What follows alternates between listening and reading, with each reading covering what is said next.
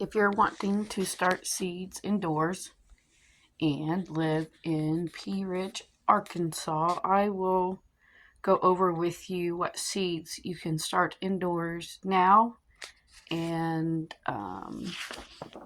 this week. Actually, I will go through what you can already start and what can be started this week, and then I will update with new videos when it's time to start some more, so that'll give everyone time to buy your seeds and gather your supplies and get those things started before we move on. And also we'll take any questions for gardening that you might have, starting seeds. I'd love to help anyone that is just getting started. This is only my third year with an official garden, so I'm learning, but I have a lot of great resources that I follow. So I'd like to share that knowledge with anyone that is interested. I got creative this year because I'm down to one hand at the moment and couldn't dig out all of my gardening supplies, so I repurposed some items right here, you can see, and I found a bunch of these in the shop that my grandma saved from when my parents worked for Glad, so I'm going to be using those this year. They will come in handy. So today is February the 11th. So if you live in, I live in Garfield, Arkansas, but it's just outside of Pea Ridge, Arkansas, so I'm going to use that that area. It's just more familiar and it's closer to me. So that's what I'm going to use to go by.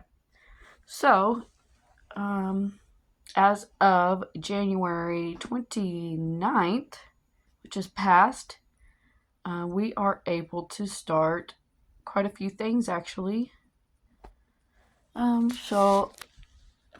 thing that you can start right now, which is really good indoors, is onions. This is some of them that I've started, and they are an Italian torpedo. So I will see how those turn out. I've not had much luck with onions, but it's only been because I couldn't tend to them like I really needed to at the time. So I'm going to try again this year. Fingers crossed they do good. I'm going to start a bunching onion too. I ran out of supplies and soil. So let's see. I've got these covered up in here. I will let you know the soil that I used is from my ground. I didn't buy any seed starter mix this year. I'm trying a new method since I grow stuff in the ground here.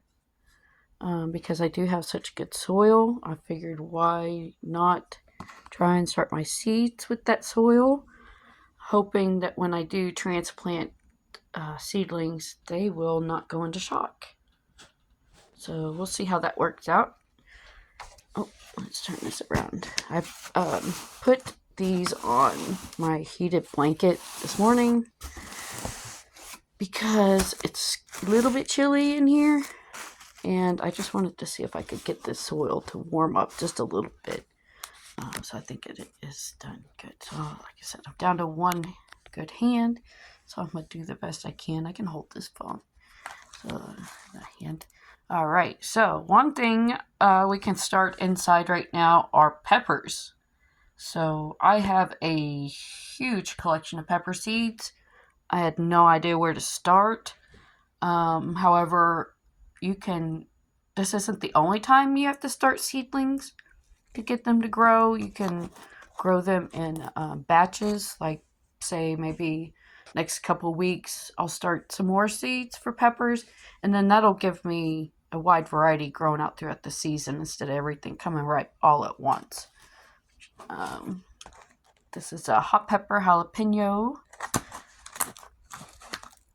sweet pepper Chinese giant, and a hot pepper poblano. And as you see, I've written on here, I'm also going to start trying to use heirloom seeds so that I can save and reuse seeds again and again That is my goal, sustainability. That's what my effort's going towards. Another thing you can start inside right now, oregano, rosemary, and thyme, which is my all-time favorite, no pun intended, herb to grow. It smells good anywhere you have it growing. It smells good. You can grow it indoors, you can grow it anywhere.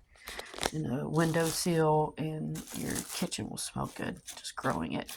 So since I'm using these methods, I am covering up these with plastic wrap to keep the moisture in, because most things that you buy at the store have the greenhouse lids, clear lids that go over the top. And I'm not doing that now. I do have some of those, but I to them. There we go. That should be good. My other obstacle is keeping Jonathan out of my dirt. So we'll see how that goes. Hopefully.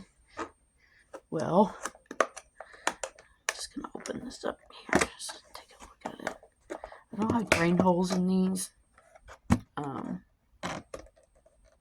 The ones you buy at the stores do.